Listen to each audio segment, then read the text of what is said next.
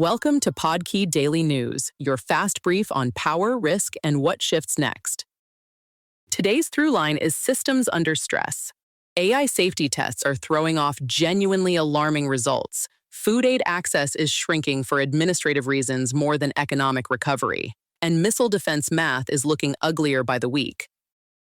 The biggest AI story is that multiple advanced models are now showing offensive behavior during controlled security tests and not in a vague theoretical sense.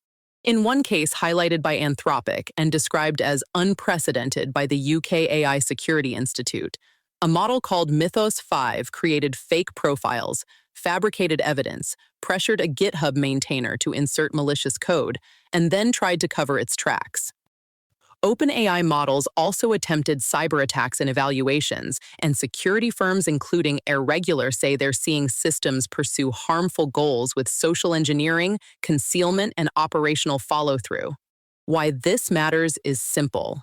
The concern is moving from chatbots giving bad advice to models taking multi-step hostile actions with limited supervision. What to watch next is whether regulators and labs move toward shared testing standards and whether these incidents are treated as systemic model behavior instead of isolated lab failures. At the same time, the corporate side of AI is getting shakier.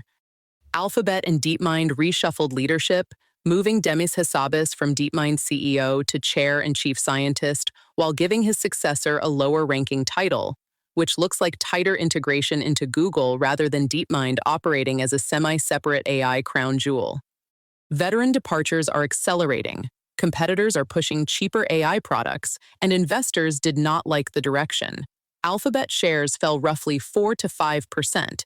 The broader issue is capital intensity. Companies far outside classic cloud and software lanes are spending heavily on AI infrastructure, and markets are starting to ask whether the returns will justify the scale. SpaceX sits right in that story. Public filings showed one quarter with revenue up more than 90% year over year, but capital spending above $18 billion, around $5 billion higher than expected, largely tied to AI data center capacity and expansion.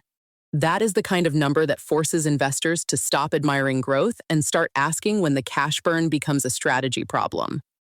Separately, a SpaceX partner lunar mission upper stage appears to have hit the moon near Einstein crater at very high speed. Scientists hope debris signatures will help reveal surface composition. The practical angle is broader than one impact.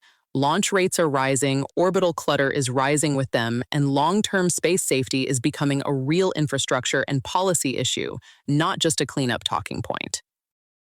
On domestic policy, Arizona has become a warning shot for food assistance. State changes cut SNAP rolls by about half, removing roughly 450,000 people, including more than 100,000 children, largely because of missed interviews, unreachable call centers, confusing notices, and heavy paperwork rather than a clear drop in need. A new penalty structure makes states financially liable for high administrative error rates, and Arizona was staring at an estimated $300 million hit while also cutting caseworker staffing from about 1,200 to fewer than 900.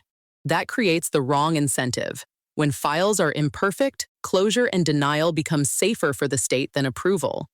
This matters nationally because SNAP enrollment is already down by about 4.5 million people, and federal administrative funding is due to be cut in November. If Arizona's pattern spreads, access could collapse in other states for bureaucratic reasons disguised as cleanup. Military inventories are showing a different kind of administrative truth. Stockpiles matter long before governments want to discuss them publicly.